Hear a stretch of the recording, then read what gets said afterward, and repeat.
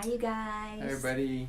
We're back. We were in Canada last week, and Had a great, amazing time. yeah, did a 5-day lamb workshop. It was really did awesome. some good things. And I want to talk to you today about something we encountered actually on a trip there and back. And I think it's the kind of thing that people go through often, and different personalities, we respond differently, but I think a lot of us, it's easy to get frustrated over life issues and things like that, and feel justified, and because there's really hard things going on. And yet, what impact does it have on your relationship, whether you're married or with friends that you're with, whatever? What is the impact when you let yourself get frustrated and irritated? And this is something that happens often in our lives. It will come up. It will, and I'm speaking about all of us. Like, the enemy is always looking for ways to get us frustrated or to get us, wanting to be upset about something. And if we don't pay attention and have some really good proactive choices that we're making, you end up really losing time together. Makes all the difference in the world. I mean, Jesus promised us, he said, in the world you're going to have tribulation. That's just the pressure, stresses of life.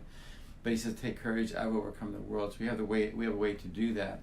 So you can get irritated, frustrated with the annoyances of life, or even go a little bit farther, become angry and accusing. And that becomes really destructive in a relationship. And actually, in Matthew 5:21, Jesus said, this is the New King James Version, it says, you have heard it was said to those of old, this is the Old Testament stuff, that you shall not commit murder, and whoever murders will be in danger of the judgment. But I say to you that whoever is angry with his brother without cause shall be in danger of judgment. And whoever says to his brother, Raka, which is kind of like our equivalent of, you idiot, stupid, shall be in danger of the council. And whoever says, you fool, will be in danger of hellfire. That's a pretty serious words. Don't ever get angry. And I can't explain them all. I can't explain all what he meant by this, but all I do know I get out of it is that being angry, saying things out of anger, frustration, irritation to another person really is very big to God. And again, I can't make the judgment of heaven and hell for anybody, but I do know that it sounds like he's saying, you know what? If a person really lives in anger and really tearing other people down with their words and stuff, he's going to separate himself from them. He will not continue in a relationship with them. It's a really big deal, and we can do that to each other in relationship. And it's so easy, especially for some people like me. Those of you that have been through Lamb or Single Life probably have heard me talk about my struggle with anger and just getting irritated, frustrated, and causing issues in our family and stuff. And it's a big deal. So anyway, so we're on this trip. We're ready to leave, and we're at the airport on time. Got all of our stuff ready. Even remembered our passports. We're going out of the country, and our flight is delayed. Which happens. Yeah, which isn't a big deal. It's delayed, and we still have actually quite a bit of time. And I get an email. I'm starting to write this email, and I'm starting to get frustrated because it's a really difficult email to answer. It was a question that he needed to answer. Yeah, and so I'm thinking, how can I write this? It's going to take so long to write. I don't like typing. And so, anyways, that's just kind of beginning the irritation. And then I get a phone call that says, I've been working on getting some insurance things settled, and it was all settled, I thought. And I had evaluated 4 different proposals, and I'd made a decision. They said yes. Spent a lot of time on it. Yeah, threw away the other proposals because the decision was made. And I get a call that says, I'm sorry, we can't do this. And we're leaving for another country, and I need to make this decision, and I lost all my other information. And now I'm really starting to get frustrated. And then the flight was delayed further and further. And that happens when it starts doing that. You start going, there's a reason for this, and it's not gonna happen. So we were there for 4 hours. We had 2 other connections to make. I'm starting to think, what other possibilities what can we do? And I'm calling Sarah, our assistant, saying, what other flights are there? We didn't know if we were going to get out of Reading that day. And are we going to be in Reading again tomorrow morning? Are we going to be in San Francisco tomorrow morning? Are we going to be in Canada tomorrow morning before we get to our final place? Anyways, a lot of options trying to figure out. And so I ended up realizing how frustrated I was getting inside. Mm-hmm. And so Lori and I prayed. We actually did one of our little spirit connections together. I realized some of the lies I was believing is that, okay, I shouldn't have to go through all this frustration. And I actually went back to a memory. Mm-hmm. The first memory was and I was surprised. The Lord took me back to this memory of going on a workshop, doing a workshop internationally years ago, Mm-hmm. coming back and going right back into work. And I realized that some of the things that I accepted back then and have accepted since was some of the lies that were spoken to you. Yeah, exactly. Is that I had this sense of a sense of entitlement, kind of part of a victim spirit, saying, "Yeah, I shouldn't have to work so much. This is so hard to be traveling internationally and coming back and going back to work." And I realized that attitude, when I get frustrated, irritated, entitled, it keeps me from really seeing and understanding other people's hearts. And even in this email, I realized that I wasn't catching the person's heart in it, and it increased my frustration. And because you were frustrated and upset, it even caused you to miss their heart. And later Exactly. you said, his heart was really good in this, and this wasn't a big bad thing. It's almost like you can make something worse when you're seeing it from that perspective. Unfortunately, I know. That's Sucks. true. But it's true. It was in there and I missed it. His heart, he wrote it with a really good heart and intention.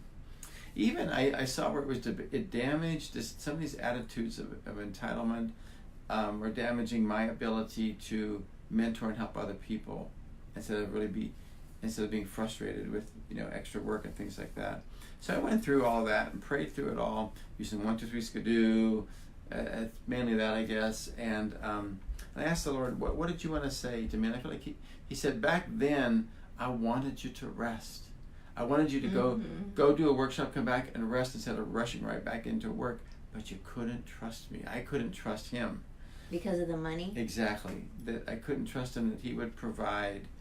And so I put the pressure on me, and he says, but I wanted you to rest back then, and you could have, and he would have provided. So it was an area of trust. Yeah, I accepted that from the Lord. And then I went to a second memory, because actually 2 things came to my mind. A second memory was when I was really little. And this is a memory that you've gone back to many times. It's true.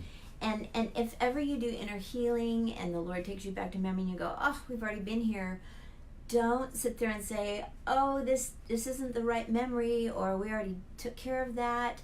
There are layers, and God has been doing this with us. We're in a season where he's been taking us back to things that we've already worked through, and this was amazing what God brought out of this same memory, which we were ready now to deal with. Yeah. So in this memory, I grew up back east and we had a mink farm, and me and my 2 older brothers, I have a bunch of brothers. Was it 500 mink? About 600. 600 mink. Yeah. At the end, we had about 600. One of our really wonderful chores was to clean up the mink poop. and there's 3 of us, my 2 older brothers and me, and I'm probably in preschool, 6 years old or so, maybe 7 years old. And there were 3 jobs, and the easiest one my oldest brother got. The next one, my Tell next them what older the brother jobs got. are. One was just raking it out front of the pen, which is very simple to take it out. out. It was a very simple job. Second job was shoveling into the wheelbarrow, which was a little bit harder. And the third job was taking that wheelbarrow out all the way down the end of the mink yard, up this hill, out over on the field, and dumping it and bringing the wheelbarrow back. All that heavy poop. I got that job. and anyway, so what I had to deal with was forgiving my brothers and my father, because he knew about this, and he didn't bring any justice, even rotating the jobs or anything. I just always had that hardest job, and my others had the easier jobs. And I had to deal with the lie that my heavenly Father is like my earthly father, that I'm just going to get what I earn, and no one's really going to look out for me for justice, things like that. It's a lie, and I know it's not true in many instances, but lies come in and make you see things in false ways. And that I should be prepared to carry burdens, and work is harder than anybody else around me, and I may usually have the hardest one. And even the tendency to be ready to work and work hard and all that, a lot of different things. So I prayed through those things, and then I did the generational prayer, which is important, because I really believe it's a generational issue. And after I prayed through that, I heard the Lord just say, He wanted to give me joy, which is a really big deal, because instead of being frustrated, angry, irritated, He just wanted us to enjoy the time. And we were actually able to do that. Yeah. And it looked like it was not going to be good, because are you talking about when we came back? well, even the rest of the way there. Oh yeah. We didn't know we were going to even get into where we were going. Yeah. We thought we Yeah. were going to maybe have to spend the night there. Yeah. That's right. The We didn't chances know till of the last minute. right, the chances of us getting there were really, really unlikely, but we made it all the way to our destination that And day. we were thankful. Yes, we Remember were. how thankful Yeah. we were? It was like the Lord had been kind of working on us instead of, and it really ended up making a big difference, even how we went into the workshop, of course. It was huge. Praying through it, choosing to be thankful, and not let anger, irritation and frustration have a place, made a huge difference. Yeah. Went through the same situation, but a huge difference. So on the way then- back, the Lord still wanted us to really get this. So He gave us another opportunity. And our flight, we were able to stay there and have a nice morning in our hotel before our flight, because we didn't have to leave till 2:30. But we got there at 2:30, and they started putting it off and putting it off and putting it off and putting it off. And we kept thinking, oh no, if we don't get back by this time, and we had a lot of time here, so we thought, okay, we can make it to San Francisco.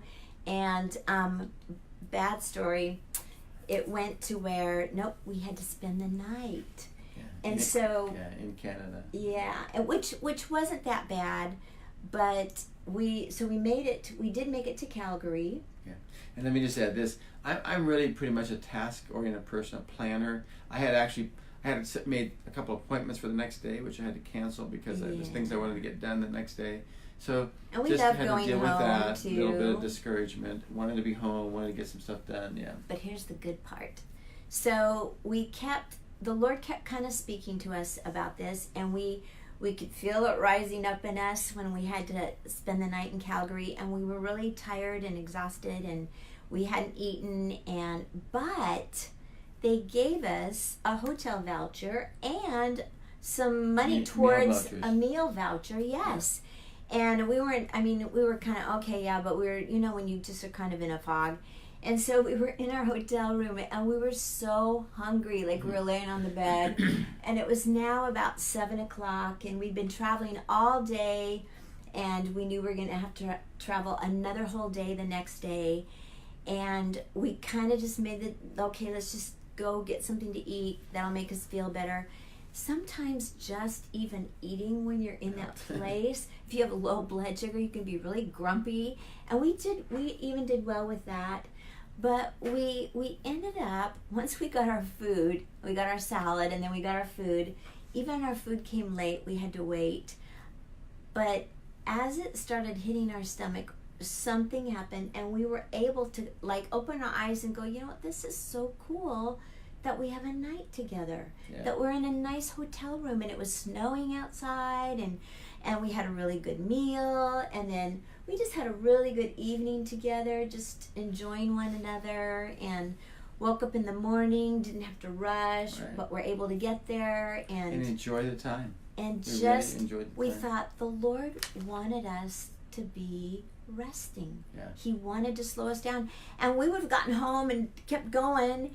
And it was just, again, a very gentle way for Him to just say, will you just listen to me? Yeah. Like when Jeremy was a little boy, he'd call him, listen to me. When I was cooking at the stove, and when he was 2, he wanted me to look at him. And I just felt like the Lord was saying, just listen to me. I want to do the things that you're wanting. I want to give you peace. I want to give you rest. But you're going to have to let go of your agendas. Yeah. You're going to have to let go of your ideas, Yeah. your plans, and So it was good. And it's probably a little different for all of us. The things that bring frustration into our life, things that bring worry, anxiety, whatever, that cause us to bring that into our relationships and really do damage. And so we want to encourage you today just to know that even though those things are going to happen, they will happen to you and to us, there is a way to have peace in the storm. And just wanted to share this with you guys of how the Lord helped us with it, and encourage you to really turn to Him as well. So we bless your spirits to choose peace. We bless you to stop and just ask for Holy Spirit to come, who is the wonderful counselor. He's the comforter, and let that peace come and be a part of your lives. And we will continue to pray this, and we bless you to be able to pray this as well. Amen. Hey, you know what, too? I wanted to mention to all of you out there that actually next week we have Single Life Workshop coming up here in Reading. If that's something you have been wanting to join and didn't know about this, probably today or tomorrow will be the last days to register. Go to our website, nothinghidden.com, and sign up for Single Life Workshop. We'd love to see you there. About 200 so far signed up. Could change your life, could strengthen you to be able to connect with the opposite sex in a way you haven't been able to, could give you hope for marriage, could do some healing from the past. Yeah. God is all over that. Yeah. And then in February, we will have Love After Marriage, 5-day Love After Marriage workshop here in Reading. And you can go to our website, nothinghidden.com, and look that up. We shared a few weeks ago at the statistics of what God has been doing through Lamb, and just know that God can really strengthen your marriage or help save it if you're in that kind of condition. So we'd love to see you at one of those workshops. See you next week.